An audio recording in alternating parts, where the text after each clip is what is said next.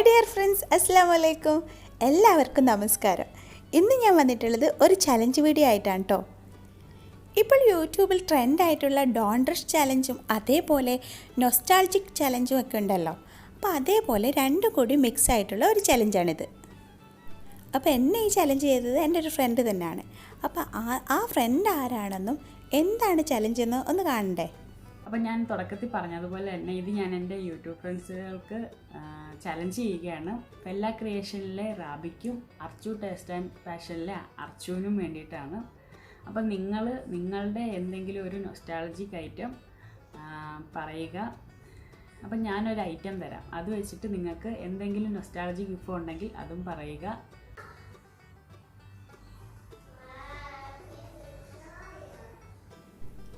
ഇപ്പോൾ നിങ്ങൾ കണ്ടില്ലേ ആരാണ് ചലഞ്ച് ചെയ്തതെന്നും എന്താണ് ചലഞ്ച് എന്നും.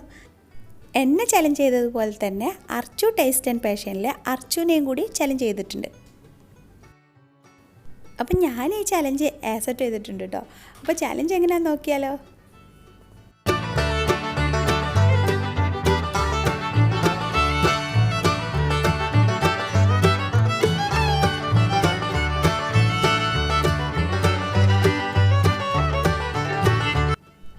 പാല് വെച്ചിട്ടുള്ള എൻ്റെ ഓർമ്മയിലുള്ള നൊസ്റ്റാൾജിക് ആട്ടോ ചെയ്യാൻ പറഞ്ഞിട്ടുള്ളത്.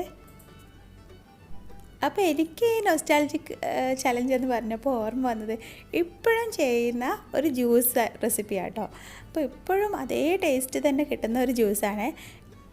എല്ലാവർക്കും എന്തെങ്കിലും ഒരു നൊസ്റ്റാൾജിക് ഉണ്ടാവില്ലേ, അതേപോലെ തന്നെ ആട്ടോ എനിക്കിതും. ഇപ്പോഴും നാട്ടിൽ പോയാൽ എപ്പോഴും കിട്ടുന്നൊരു ജ്യൂസാട്ടോ അത്. പഴവും ഡേറ്റ്സൊക്കെ വെച്ചിട്ട് നല്ല ടേസ്റ്റ് ആയിട്ടുള്ള ഒരു ജ്യൂസാണ്. എനിക്ക് ആദ്യം ഉണ്ടാക്കി തരുന്ന അതേ രുചിയിൽ തന്നെയാണ് ഇപ്പോഴും ഉണ്ടാക്കി തരാറ് കേട്ടോ.